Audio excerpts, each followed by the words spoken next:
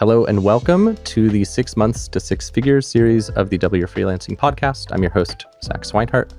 In this series, you'll follow a specific freelancer, in this case, Brad, as I coach them from early stages to a 6-figure annual income, which comes out to $8,333 a month. So the goal is to get them to that point, ideally within 6 months. In this series, I connect with Brad every week or two, and it follows the same format as the coaching in the DYF Accelerator community. So if you want to get coaching like this for yourself, you can check that out at dyf.link/DYFA. So let's jump in. Brad, I understand from the pre-interview that today is not your favorite day. You said you were feeling disappointment and discouragement. Is that right? Yes. All right, so let's hear it. Lay it on me. What's up?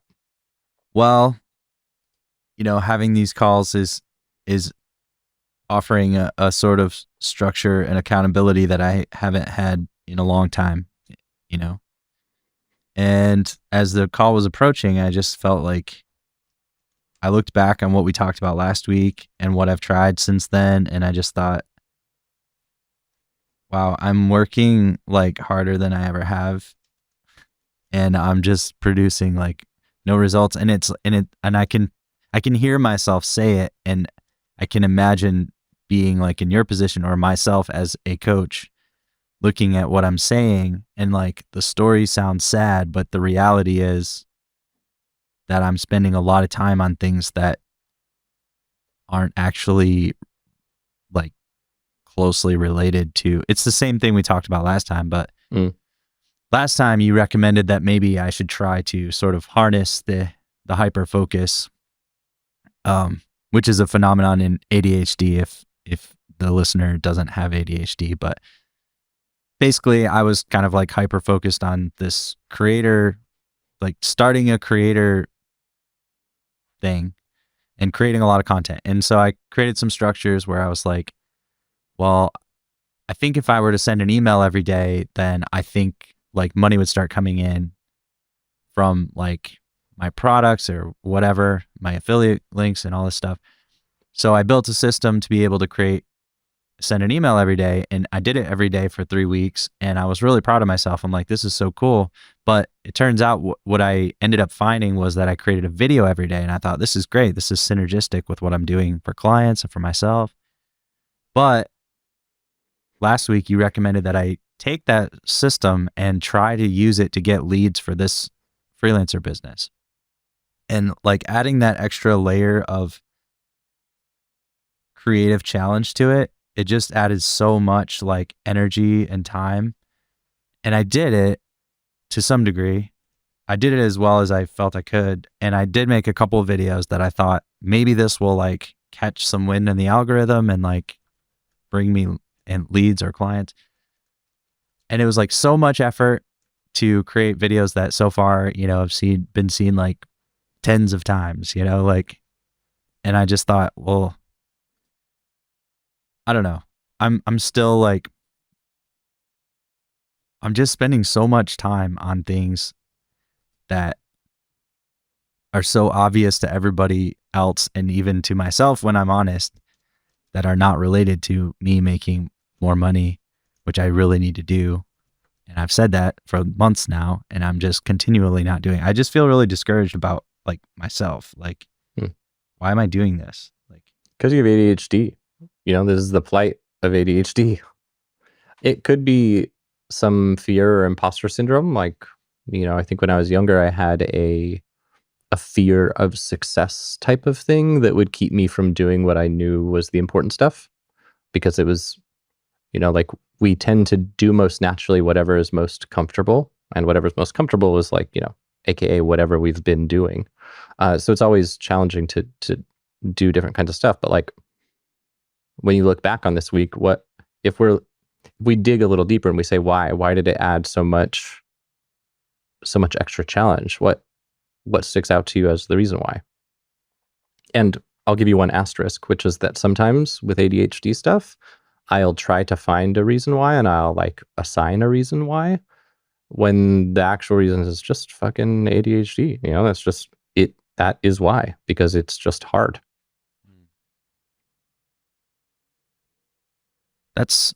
That's definitely possible. I mean, honestly, I felt good until today. Like I was like, wow, I'm just like working so hard and I'm doing so many good things. I was like really proud of myself for publishing so much content. Like again, it took me like 3 years to feel confident enough to start creating content again. And I was so happy that I'm doing it, but it's like, but that's not really what I need to be doing right now. And yeah, that does sound very ADHD related. Like there's the things I need to do and the things I want to do. And sometimes they're like an opposite. I mean, this one's tricky. It's like, it's so deceptive because it's not completely opposite. It's like pretty closely related and theoretically could, lead to something. And I think my whole career has been a lot of that, of just like, well, this theoretically could work and I want to do it. So hit the gas.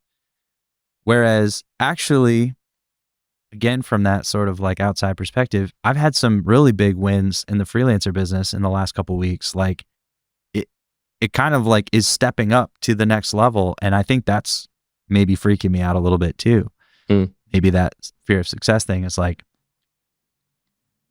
okay, so, I saw this person reached out to me on Upwork. He's looking for a YouTube manager. And I looked at his channel, I looked at the job, and I was like, it doesn't sound like I'm a good fit for what he's looking for. But I watched his channel, and his channel is about how he grew his social media marketing agency doing what I'm doing, like creating short videos, short content, short form videos. And he's like, he showed some real case study videos, and he's like, I made this one video that I looked and it only has 700 views. And he's like, I got so many like DMs from that video and got so much business. And I was like, cool, that's perfectly in line with what Zach recommended last week. So I'm going to make this like video that took a lot of energy for me to like map out. It's just harder to create good stuff. Like I feel like it was a really good video. Like I showed exactly what I've been doing and I went step by step. And I'm like, if anybody watches this, if the right people watch this, they're going to love it. But it's not a match for my current audience, so it doesn't get any like extra boost. So it might do well over time. It might bring me clients, but I tried really hard to give a lot of value, and it took me like all day really to think through it.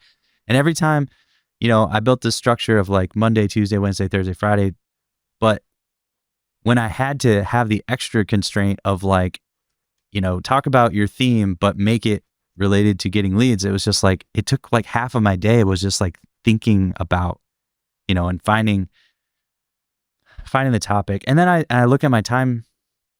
Well, okay. So back to that guy, he's done really well with this agency, and he specifically did it on Upwork. And he had these case studies where he's like, I wanted to get some business on Upwork in the next couple of weeks. So I sat down and he's like, I started by doing 15 proposals a day. And he's like, and after the first couple of days, I realized if I'm really serious about making money, I've got to do at least 25 a day. And I was like, for me, it's hard to do 5.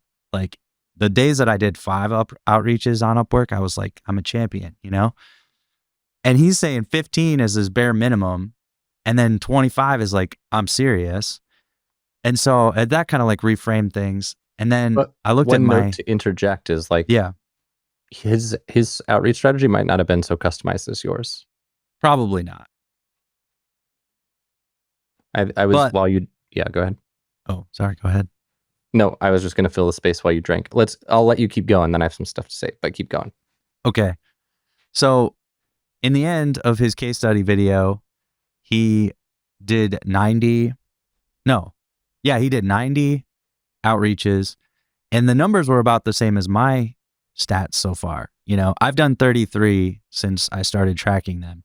And out of the 33, I've got like 10 views, 4 responses, 3 calls, and 2 have closed. So it's like a standard, funnel. And I've never done this before. I've never done I've done marketing funnels, like from cold traffic to landing page and whatever, but I've never done a sales funnel, and it's kind of exciting actually.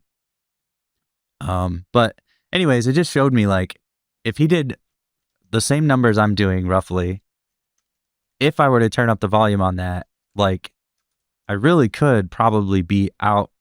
I could be like out of the water within the next month or two, you know, like, and even now I'm like, if I just stayed focused in the freelancer thing, period, and I cut out this creation of new videos that aren't really moving the needle, I think I could get there. But like, why did it take me so long? You know? Yeah, I mean, it's a new way of creating content. I think it's normal to take a long time. I had this recently with something. What was it? Oh, you know what it was? Is I started that new podcast for my agency from scratch project, the one I sent you that short from today. Which, by the way, today was a tired day, and I didn't feel like working on the blueprint because my brain's not working. So I was like, I'll just do some video editing to try to make this new short template and play around with these ideas I had. That video I sent you, that's like 6.5 hours of just fucking around with CapCut and Premiere to try to work out the workflow, decide on the template stuff. Like, things take time when you do them the first time. And when I did my first podcast episode for that new podcast, I'm comfortable with podcasting now. Even yesterday I had Nicholas Cole on, and I was nervous to have him on because he's like very influential dude, Yeah. But I did my prep interview was fine. He's a cool guy, so it was fine. But when I did my first episode for this new show with someone who is like no influence, no mark, like they're not a scary person to interview, I was still so nervous. It took me so long to prep. I felt like off. Like I felt like I didn't know how to conduct a fucking podcast interview. And so I think this is just how things go. Like, you have this subconscious SOP that you use when you create videos, and it probably goes something like this. What am I feeling excited for and inspired by right now? How can I capture that and just vomit it out into the world? And then that's it. That's the end of the process. And now you are trying to like add intentionality and strategy, like that makes it harder. So to me, the fact that you, even though it took you all day, you still did it, I think that's the win. And the fact that you're working on it is the win, and it's going to get easier. But sorry, what got me down this little path? I went down this little tangent. What did you say that got me on this? Well, I guess maybe I'm guessing where you're going with it is like, that is a win. There are a lot of wins there, but how does it relate to my goal of advancing freelancing, right? That seems like a good tie-in. What I wanted to ask about, so with that interview with Nicholas Cole and with me talking to you about that Brian Harris Santa Claus strategy, as he calls it, like, I think you'd really like that interview from yesterday. Hopefully Mario will get in the community in the next couple of days. But what I believe I assigned you last week that maybe got lost in translation a little bit was taking that approach and not just publishing the content for yourself as like thought leadership, but actually like finding a podcaster who you like, listen to an episode, make some shorts for them, do a cold outreach, and send them the shorts you made for them. Did you attempt to do that? Yeah, no, it didn't get lost. I mean, that was one of my big goals for the week, and I just felt like I just didn't have time because I was trying to fulfill the commitment I made to myself a few weeks ago that I would try to publish a video every single day, and I kept that as like top priority, and it would take 5 or 6 hours a couple of the days, and that was like, right now I'm kind of working like 3 separate shifts every day, and that would take like my last shift, and I'm like, that last shift probably should have been spent on the Santa Claus strategy. Like, I am excited to do that, and I think that is synergistic with everything in a way that's closer to the next step that I need right now. Like, if I work on this Santa Claus thing, it means I'm getting better at making shorts. It means I'm potentially connecting with real clients. And, one big progress thing that I made is I think I do have my first productized service, which I have sold one time, and I just did our like official, like we did a strategy call last week, and then this week we did the recording, and it went phenomenal. I mean, the one where you do the long call and chop it up, that product? Yeah, where I ask like 10 SEO based questions about their niche, and I mean, it was just awesome. And I thought, okay, I've got something that I wished I had a few months ago, which is a productized service. I have a niche. I have an outreach system. I have all these other synergistic things like the Santa Claus thing. Like, what am I doing, over here? I'm spending all of my energy over here. And it's like, I've got a lot of cool things going. I even have a great client that I also feel I don't have enough time to do a good job for that amazing client Mm. that could lead to so many other things, you know? Sometimes what I find helpful, and I think that there's probably a mindset thing here with this. So I guess two pieces that stick out to me. Number one, I think with ADHD, a person with ADHD is so used to letting themselves down that I would not be surprised to hear that you would maybe feel hesitant to close the book on this daily video thing because of like feeling like a failure or something, feeling like this Yes. is yet another thing you've abandoned.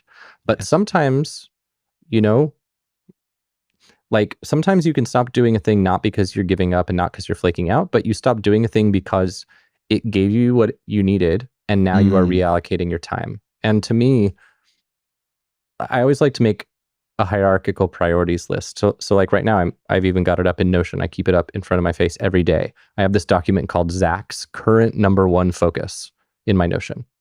And I can see it. Everyone on the team can see it. Brandon and Laura can see it. Like everyone can see it. And it's just a way for me to remind myself, what is my number one thing? And this is a lesson that I've had to learn much more since running the DYF community and stuff. Like I'm drowning in tasks to like a new level that I never thought possible. When I was running my consultancy, it's kind of easy, you know, I would work with like 1 or 2 clients at a time because I didn't want to drown in tasks and I can manage it. And now I no longer get to complete everything. Now I have to do that thing that I've always resented when my clients did it, which is the thing where it's like, I have to accept that only a fraction of the things that should get done will get done. And I have to now just choose what are the best ones and what are the ones that I guess, sorry, I didn't do that thing. But you know, I had to not do something.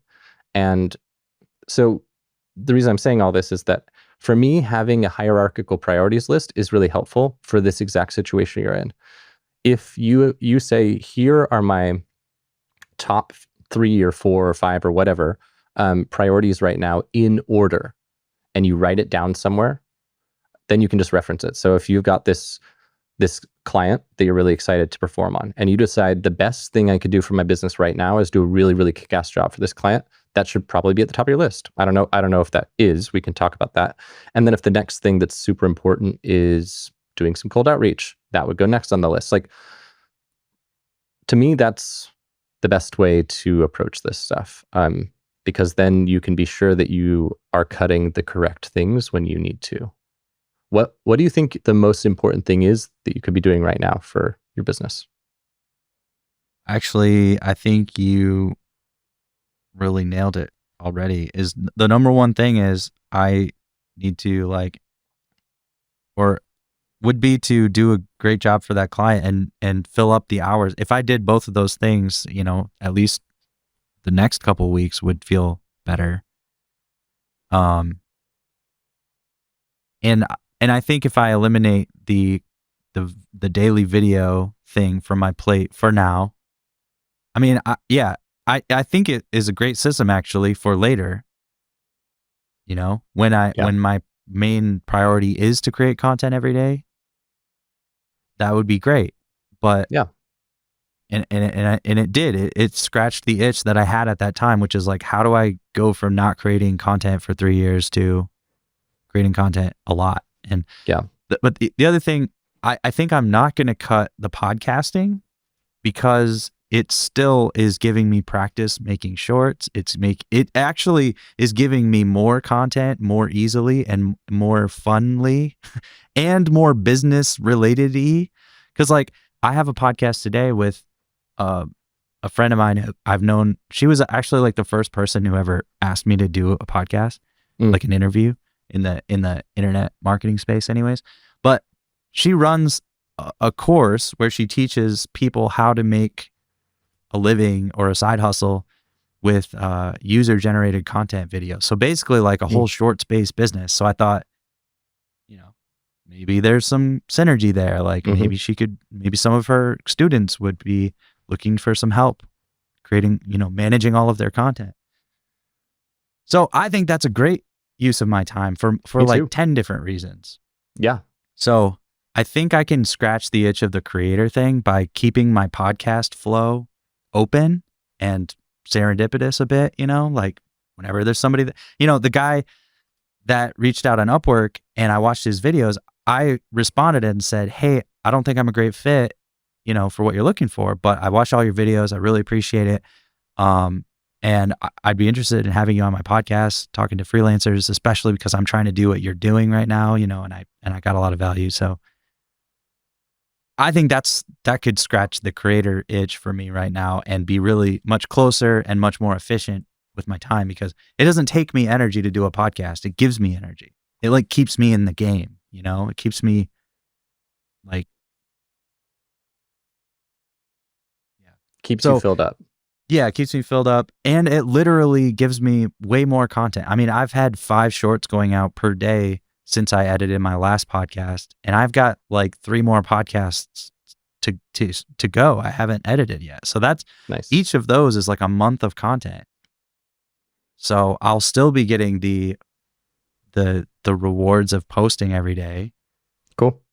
And I can queue them up. I did for the last one. I queued them all up in one night, and then every day 5 shorts are going out and getting hundreds to thousands of views for me. So nice. Then yeah, I would say I'll give you some feedback and you tell me if you don't want it. This is again me trying to bring a little bit of strategy to the fun. If you can be intentional about having guests on who are either influencers of your target client, who are your target client themselves, or who are agencies who serve your target client. So I'm working on the new version of the blueprint. I think I told you that. What I'm planning to do in the talk to humans section is I'm going to present all these different paths. The podcast is one of them. Cold outreach is one of them. And I'm going to say pick 2 and split your time between them. And that's essentially what we're talking about here. But when you're doing things, it's always best if, again, it's either with an agency who serves your ideal client, an influencer of your ideal client, or with your ideal client directly. So the first guest you mentioned ticks that box for sure. And that's so exciting. Like I was getting excited thinking about, it might have even been the YouTube stuff for shorts or something. Like if you have somebody who teaches their clients how to grow on social media and they sell a course for it to their customers or whatever, if you build a relationship, they could sell a done for you service that you fulfill and give them a commission on. Like there's so many cool opportunities for you there. So I would just say be tracking your time and allocating, because I want to share my screen and show you this in action. So I've got 2 of my important pages up for my hierarchy of things. Let me just get the screen shared. So here's one of them. So this is the DYF mission page. And we have the core mission and the vision for the company and stuff. But most importantly, I have hierarchically ordered values and priorities. And so what happens, so basically my priority is always serving existing customers. Oh wait, maybe that's down here. Yeah. So make sure existing customers are sorted out and make sure people are actually being able to implement their stuff and consume the stuff, helping email subscribers next, customizing the experience, have a good journey. And then no, this is wrong. This is wrong. This is not as clear as I thought. This is not the up-to-date document. But basically what I was trying to show you is that my hierarchy of decision-making in the business is number 1, sort out the current customers. Number 2, sort out the current email list. Number 3, try to get more customers. And so that's why I haven't been doing a lot of sales yet and stuff, because I am focused on hierarchy 1 and 2.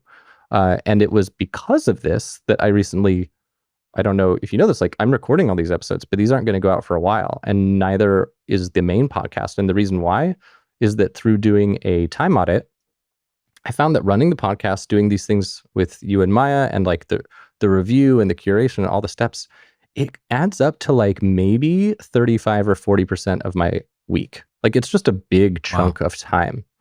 Because every podcast guest who I have on, not for these coaching ones, but for the expert interviews, I spend several hours prepping, and then several hours on the thing, and then several hours reviewing the thing. And then the video editor's time is capped out, so we'd have to hire another video editor. It's just so much. And it was one of those situations where I had to choose which of the things that were really valuable that I wanted to cut. And so so similarly for you, I think that if you could lay out the hierarchy, and compare the podcast against it, I just want to know how much time the podcast takes. And like, for example, the one that I'm doing for the agency, the episodes are 30 minutes. I don't do any prep at all. The guests don't do any prep. So like, it's so much easier. But I don't want to like shorten the DYF podcast because I love these like 90-minute, 2-hour deep dives that I do. So yeah, I guess this is just a smattering of thoughts. But I do agree that with these people you're having on, super dope. Keep doing the podcast for sure. But the thing that I want you to be thinking about that maybe we'll get into today, maybe we'll cover another time. I want you to just start thinking now, not about like categorically chopping things out always as the answer, but sometimes optimizing for similar results. And the example I can give is that when I was doing my cold outreach for podcast guests, the first like email outreach template that I used was very long, very time consuming for me. And I got a little bit of an idea what my metrics were, seemed to get a good response like 33% of the time, good metrics. But I was like, okay, that's cool. It's nice to know that this will work, but God, it takes so long. So I experimented with different templates that take less time, and they got a similar response rate, maybe a little bit less, but given that they save me so much time, I can send more of them. And so the reason that I think that for example, the cold outreach with you doing like the Santa Claus thing or whatever the branded term I'll call it is once I merge all these strategies from different people and add my own flavor to it. Whatever it's going to be called, the reason that I like the idea of it, I think Brian Harris said in one of his posts where he's talking about it, is like, I want you to spend 6 hours on a cold outreach email. Like he almost framed it like that. And I liked Cole's take yesterday. He has one where he will kind of like get some early validation that they're interested before he'll spend all the time. And the reason I emailed you about it is it really mirrors your Upwork approach. So I think it'd be really easy for you to do. I think you'll get a lot out of it. So defo check that out. But in any case, given that you have done 33 Loom videos on Upwork for 2 clients, like that's a good amount of time investment. And I would not at all be surprised if that same amount of time for this other approach gets you higher results. Apparently, Cole, when he was running a big 7-figure agency, 85% of their leads were coming from cold outreach. I had kind of figured that his content marketing through like Quora and Ink and stuff was what carried it, but it sounds like what happened is it carried him when he was solo, but they hit kind of a ceiling, and that in order to scale the agency, cold outreach was the thing that took it to the next level. So that, to me, very exciting, very powerful. And the thing that's like extra exciting is that when you do 33 Loom videos on Upwork for people, you're not creating any like assets. You're getting better at making the Loom videos, but you're not getting better at your craft. Whereas doing something that involves like value forward outreach and stuff, you are honing craft. And that's what I love about you doing this podcast and stuff. So I guess like all this is to say, I appreciate that you're feeling discouraged and disappointed, and I don't want to invalidate you or anything. But to me, I'm encouraged to hear this stuff because you're still making forward momentum. It's not like you just, faffed about. You just kind of are going through what we all go through, which is that you get really busy and you're working a lot, but sometimes the work isn't moving the needle, and that like it's going to happen. You can't really avoid it. Typically, you can only catch it and redirect. But now that you're tracking your time and you're bringing this new level of intentionality, I bet you caught this, and now that you have this coaching accountability, by the way, join the community. You had this like insight into it that you probably wouldn't have had for a while otherwise. And that's a win. Like there's this quote from Brian Johnson from Heroic where he talks about how it's like, he says, make it a game how quickly you can like pick yourself up or get back on. He has something like, it's like, I don't know what he calls it anymore, but he's like talking about how like celebrating how quickly you can get back on track when you get knocked off. And so it's not about like avoiding getting knocked off balance. It's about just, catching it before it becomes crazy. And that's what you've done. So cool. I'm just wondering for this next week, like what optimizations make sense? What do you think good goals are? Do you think, I still say, I think ADHD meds would make all this way easier, but I don't want to harp on it. My stance. So what do you think makes sense for this next week to try to do to get the forward momentum, not hate your life, but also be more intentional with your time? Well, something weird happened after, last time you were like, how about you just don't do this Upwork outreach stuff? Forget about the looms. And I was like, oh, wow, that's a relief. And then like 2 days later, I went to Alex Hormozy's launch event virtually this weekend. I bought the book and I read the whole book, $100 million Leads, and I went through some of his course.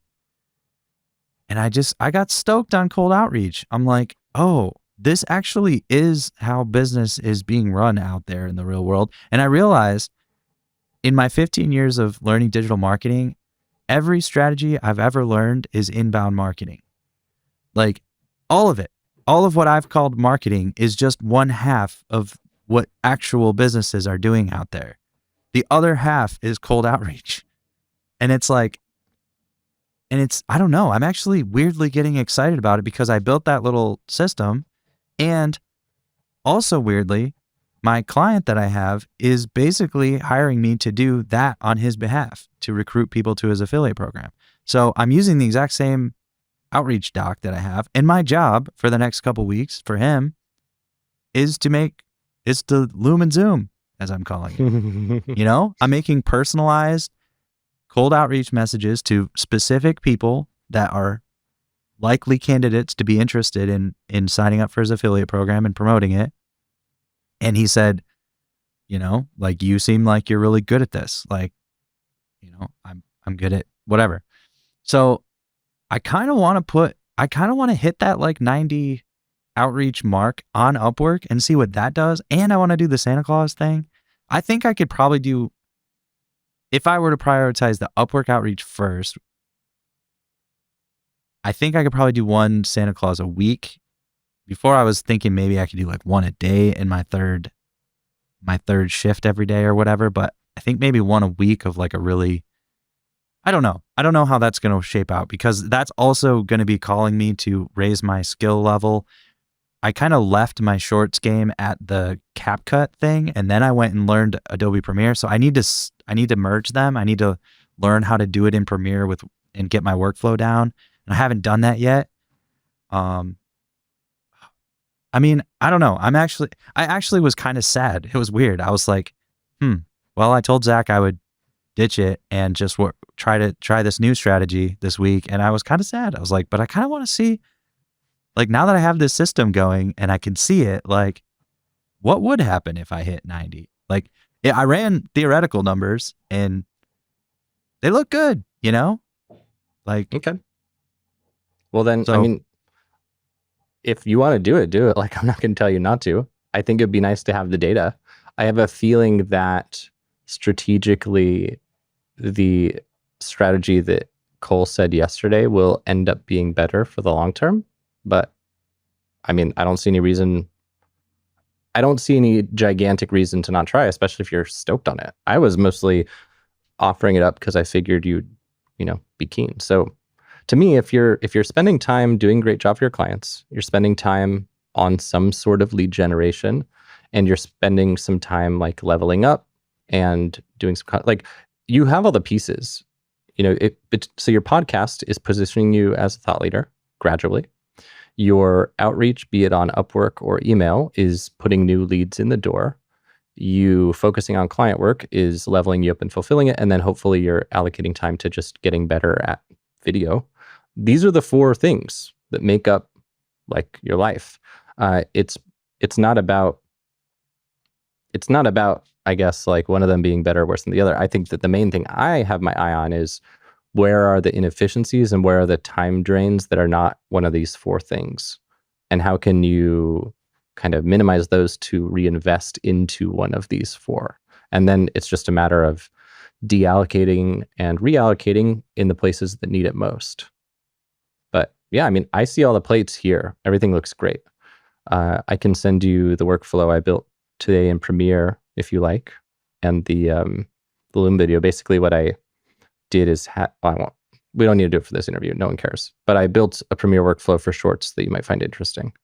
that Definitely. So what should I put down for your homework? Well, I would be really happy if I made one successful, like, so what I was thinking for the Santa Claus package that I would send people is I would go through like an hour of their content and do what I did for our last interview. I would get all the clips and I would send them all the clips, but then I would take maybe like 5 and punch them up to their final quality as a preview, right? So like they get a bunch that I mean, those are good enough. Those are what I'm posting on my channels. They might not meet their, subjective quality standards, but to me, I'm like, well, they're going to get views. They're going to get you like traffic and stuff. That's my thing. So I'm posting clips without captions or anything or music or anything. And they're still getting thousands of views, hundreds of views on all the platforms. So I think there's some value in that. And then I'll punch them up and be like, but you could have the deluxe version. So I'd be happy. Yeah, If you were go doing ahead. shorts for a client though, if someone had no budget limits, would you not think they would prefer them all to be the punched up ones? Or do you think Yeah. that they would? Okay. Because I'm just a bit hesitant to, if you're going to do this, by including some of your like crappier work alongside the good work, all it communicates is inconsistency. I would much rather see you send less that are better than more that are worse. Because if they don't have all that context, if they don't, and they probably won't, if they're not already doing a good job of shorts, if they don't have the context that like quality bars are lower with shorts, they won't contextualize it. You know, those I love the angle that you're getting at, and I think it would be great when you're showing your packages and stuff. But I would just maybe you test it, but I would almost think that having them only see the good ones might make more sense. Okay. But I'll That's leave it good to you. feedback. No, I think that's good. I know I'm at risk of, I don't want to poo poo your thoughts. Like No, I'm that's happy to see you test it. So it's whatever you like. yeah, no, I don't feel like sad about that. I have very little experience in this world, to be honest, like the design world and the what do you call it, like mock-ups and that stuff. Like I don't know how this works, so I'm kind of. Well, I'm going to send you an email right now with the kind of back end. It's not edited in the community yet, but I'm going to send you one for that Cole interview yesterday. If you have the time, I want you to watch the bit where he outlines his process for doing the outreach. I think that you could take it and you could run with it immediately. But basically his flow is like, he'll look them up. He'll find the opportunities. So you'd go to someone's channel, you'd see things they're doing wrong. You'd send them an email saying like, basically like, hey, I noticed some areas for improvement. Attach your Loom video. Is this something that you are wanting to like work on? If they respond to say yes, that's when he'd package up the stuff. So you can kind of minimize your investment until you get a little bit of early interest or validation. Interesting. Okay. I'll fire this off right now. All right. So I send that your way, the Riverside link. Okay. Yeah. But all that said, let me get the homework down. So you said you wanted to do one Santa Claus. Is that right? Yeah. Okay. What else is on the list? I want to get back to maxing out my Upwork outreaches per day. I don't know if I'm going to hit 15 or 25, but at least back to what I was doing before, because I think that was working. Like those leads are still working their way through my system. I've got an interview with another potential client on Friday, then another one like on Tuesday. That both of them one of them seems very, very solid. Like cool. Big business. They're looking to scale their social. Like, I don't know. I kind of want to get back to that. Cool. Sounds good to me.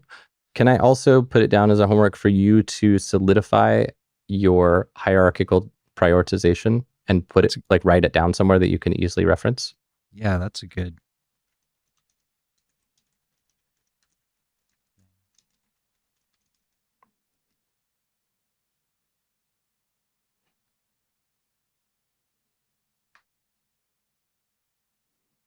So is there anything else before we go that you would like a quick take on? to feel like you're set up for a good week?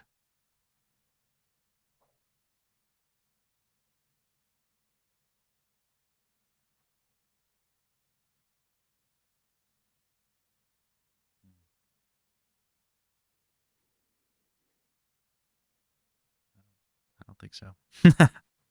Okay. And are you still tracking all your time? Yep. Okay, great. Cool. We don't have time to look at it today, but next week I'll probably want to audit what your last week was next week or something. But yeah, I think the main thing I want your mind on as you go forward this week is like, once you lay out your hierarchy of priorities, I want you to just kind of be looking at your days and look at your time as it goes and say, am I spending my time in the way that makes sense given what I said my priorities were? I think that's like the nicest in the moment thing you can do. That reminds me of another thing I wanted to just kind of share is like, I just feel like time, now that I'm tracking it, it's like, it just flies. Like It does. I just watch it. I'm like, oh my God, it's already been 2 hours. I didn't even get started. And it's like, yeah, I don't know if that's an ADHD thing or just a general human thing of tracking time, but it's just, it flies. And I'm like, I have so little. I've never felt like I had so little time. And now that I'm tracking it, I'm like, I only have, 12 hours and I have all these things I want to do or need to do. And yeah, no, I mean, I definitely can relate to this. I mean, taking 2 hours to get started, I think that's probably a good ADHD thing. But in terms of feeling like time flies away and we don't have enough of it, I think that's probably pretty common human thing, especially when you have your awareness on, like, for me, I feel like weeks bleed by, months bleed by, because it starts with days bleeding by. Like, I have Wednesdays as meeting days. So boom, 20% bled away. And then usually like Mondays have pretty much an administrative day. So there, boom, now that's gone. So now I've got 3 days a week open. And then I'm like, okay, well, if I want to do all of the content needs in the business, like the newsletter, that's like a day. So boom, that's gone. And so that means I have 2 days a week to like do anything else that I want to work on. So if I want to work on some new course, it takes a long time to make the courses and stuff. So there's 2 days to just like do the planning. And then now next week's 2 days are going to be used up for like 1 or 2 of the modules. Then next week's 2 days. And then suddenly I'm like, so launching this thing in a month is just not realistic. It just, there's not enough time. Yeah. So can relate. Certainly I can relate. Well, I guess at this point, I'll send you off for your week and I'll be keen to check in. But I would just say, I think you're doing great. I'm really, really stoked to see the progress you're making. And I think, this is a good time to just remind yourself to try not to gauge your success by the outcomes. Like, I think this is a really good time for you to be encouraged by the lead measures and stuff. Like, you've got some very, very exciting things being built. You are generating leads. You are getting better at your craft. You are solidifying a service offering. You are talking to humans. Like, you're doing all the things. I coasted in my consultancy for so many years, doing what so many freelancers do, which is where you just get into a comfortable groove where you just do your craft and you don't grow, you don't do the scary lead gen work, and you're doing all that stuff. So to me, I think you have nothing but celebration and maybe just some lever pulls, tweaks kind of thing. So this is great. Thank you. So in order to segue, and I guess there's no segue into the outro, so I'll just say outro time. If you, the listener, enjoyed this, please do like, subscribe, leave good reviews, etc. Helps us make more helpful stuff for you. And if you want to join the DYF Accelerator to get some coaching, you can do that at dyf.link/DYFA. And if you want to check out Brad, you can find him everywhere on the internet at the Nomad Brad. That's his universal handle. So, Brad, I'll hit stop. We won't leave. And goodbye to you, Mr. or Miss or non-binary listener.